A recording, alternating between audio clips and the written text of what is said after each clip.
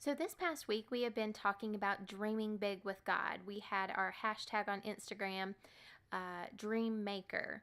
And so, myself and several of the teen girls were actually discussing this past week on our video call. And one of our teen interns was asking me, in regards to dreaming big with God, if I had ever had something that I felt like God was moving in or working in and it not pan out or happen like I thought it would, and how did I handle that? So I took a couple of days to think about it, and here's my answer. Well, there's been several times, I'm sure, that I've thought something was heading a certain way, but it just didn't pan out like I expected. One that I can think of is a relationship I thought God put in my path and what I thought might come from it. Well, this girl and I clicked incredibly well and had pretty much all the same passions and goals to minister to teens.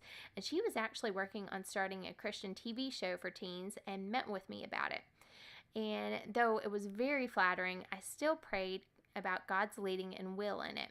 Well, it ends up it didn't pan out at all as far as me being a part of it.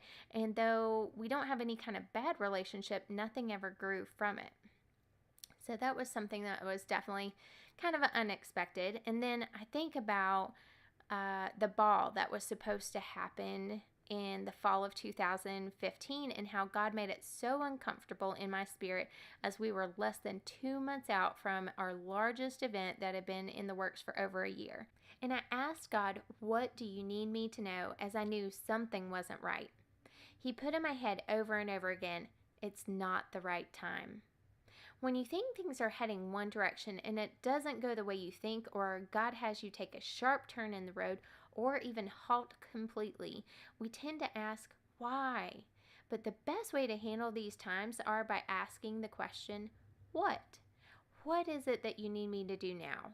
What do you want me to see or learn? What do you want to do in this and with me, God? What are you up to? This keeps you open, listening, and watching for God's bigger plan and purpose. I was actually taught this in youth group, and I guess I've realized I've learned to put it to use. Now, not perfectly, but I do hold my plans more loosely as I let God lead in them.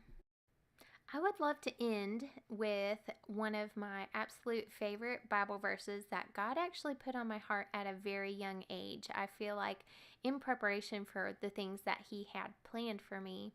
And it's from Proverbs 16:9. The heart of a man plans his way, but the Lord establishes his steps.